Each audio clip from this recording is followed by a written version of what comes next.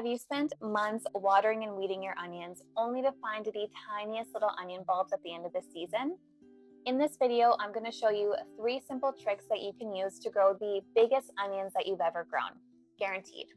This is something that I've personally experienced. I remember my first year gardening, taking care of these onions for months and being so disappointed with the size of the bulbs at the end of the season. So as a scientist, I did some research and came up with these simple tricks to help you go from growing onions like this to onions like this. So as a gardener, the first thing that you need to decide once you decided that you want to grow onions is whether you want to start them from sets or seeds. Sets are immature onion bulbs. You might see these at your garden center. They're like the size of a clove of garlic and they look like a little mini onion.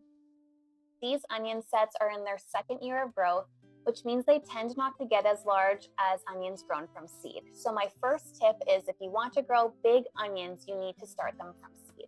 I prefer to bulk soak my onion seeds. So essentially what that means is you take 10 to 15, maybe even 20 onion seeds, and you take a 4-inch pot, or you can really do this in whatever size container that you'd like. And then you just sow a bunch of the seeds in one container. And then because onions are so hardy and they're so robust, in the spring you can easily tease these apart and then plant them directly in the garden. This saves me a ton of space. I don't know if you can see behind me here, but I probably have 300 onion seeds started just in this tray alone. So you save a lot of space doing it this way. And then it makes it really easy to keep all your different varieties nicely contained in one container. And of course, the other benefit of starting onions from seed is that you get way more variety. So this year I'm growing 3 different types of onions. I think all of these are storage onions. So these are all onions that I can keep for a few months after the garden season, which is exactly what I want. So you get way more variety when you buy them from seed than you do when you buy them from sets, because the sets at your local garden center are just going to be a couple generic brands. But when it comes to seeds, the world is your oyster, essentially. So when I first learned that starting onions from seed resulted in larger onions, I made the switch immediately. But I assumed that I could start my onion seeds at the same time that I normally started my onion sets. But that is wrong, and that's a mistake that a lot of gardeners make when they're growing onions. So tip number 2, if you are starting onions from seed, you need to start them early. So for example, I have my 3 different sets or 3 different types of onions here.